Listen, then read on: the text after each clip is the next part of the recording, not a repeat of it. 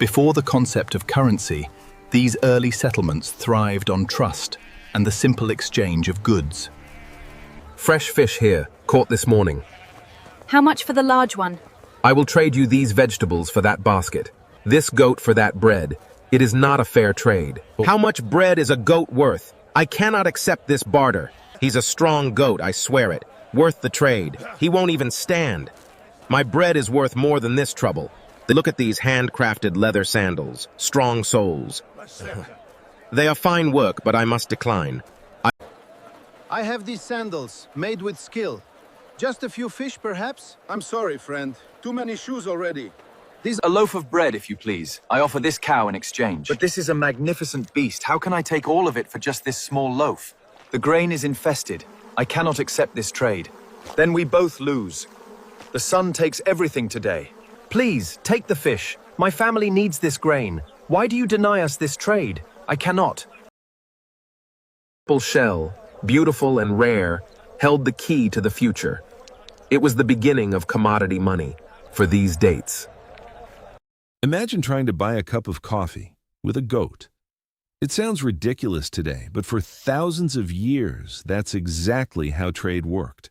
Long before banks, paper bills, or digital payments, people exchanged whatever they owned for whatever they needed. Farmers traded grain, fishermen traded their catch, and craftsmen exchanged tools they had made by hand. It was a simple system, but it had one enormous flaw. Every trade depended on both people wanting exactly what the other had at exactly the same time. If a fisherman didn't need shoes today, a shoemaker couldn't buy fish, no matter how valuable his work was. And some goods created impossible situations. How do you pay for a loaf of bread with a cow? Or preserve your wealth when it's stored in food that spoils within days? As civilizations expanded, humanity realized that barter alone could never support a growing world. People across different cultures began searching for something everyone would recognize as valuable. Along the shores of Asia and Africa, polished cowrie shells became one of the earliest forms of money. In ancient Rome, salt was so valuable that it became a form of payment, giving us the word salary.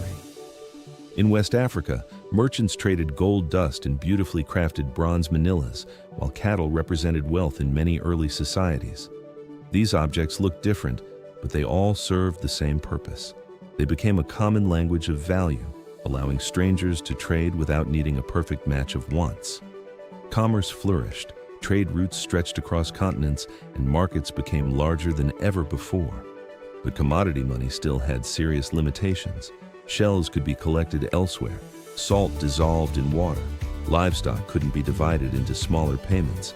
Humanity needed something stronger, more durable, and easier to carry.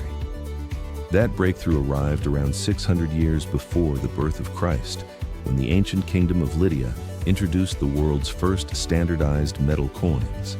Each coin carried an official seal guaranteeing its weight and purity. For the first time, trust was built directly into money itself. The idea spread rapidly across Greece, Persia, Rome, India, and China. Coins allowed complete strangers to trade confidently, even if they spoke different languages. Money had become a universal language. As trade expanded, another challenge appeared. Successful merchants often carried thousands of heavy coins over mountains and across deserts. Transporting wealth became slow, exhausting, and dangerous. Then, China introduced a remarkable innovation. Instead of carrying bags of metal coins, merchants deposited them with trusted financial agents and received paper receipts representing the same value. Suddenly, enormous fortunes could fit inside a single pocket. Centuries later, European goldsmiths adopted a similar idea. People stored valuable metals for safekeeping and exchanged handwritten receipts instead of carrying gold itself. Over time, those receipts became trusted enough to circulate as money. Wealth had evolved from something you could hold into something you simply believed existed. That trust gave birth to modern banking. Financial institutions realized that most deposited wealth remained untouched most of the time. Instead of leaving it idle, they began lending part of it to others, helping businesses grow and economies expand. Governments eventually entered the system by issuing official paper currency backed by precious metals. For generations, many nations operated under the gold standard, where every banknote represented a fixed amount of gold.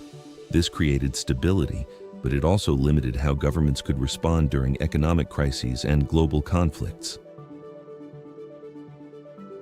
As the 20th century unfolded, that system gradually disappeared, replaced by fiat money, currency whose value comes not from gold, but from the collective trust people place in their governments and economies.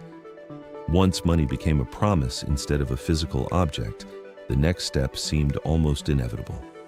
Technology transformed finance once again. Credit cards made everyday purchases easier. Electronic banking allowed money to move through computers instead of paper. The internet connected financial systems across continents, and smartphones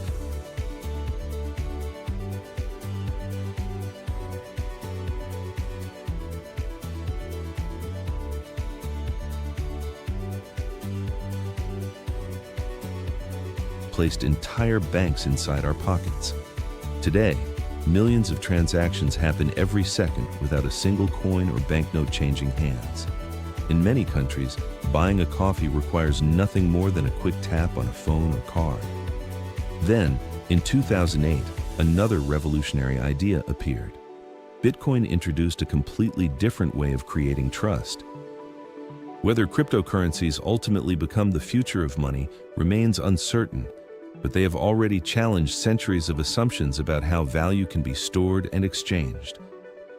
Instead of relying on banks or governments, it used blockchain technology, a shared digital ledger maintained by thousands of computers around the world.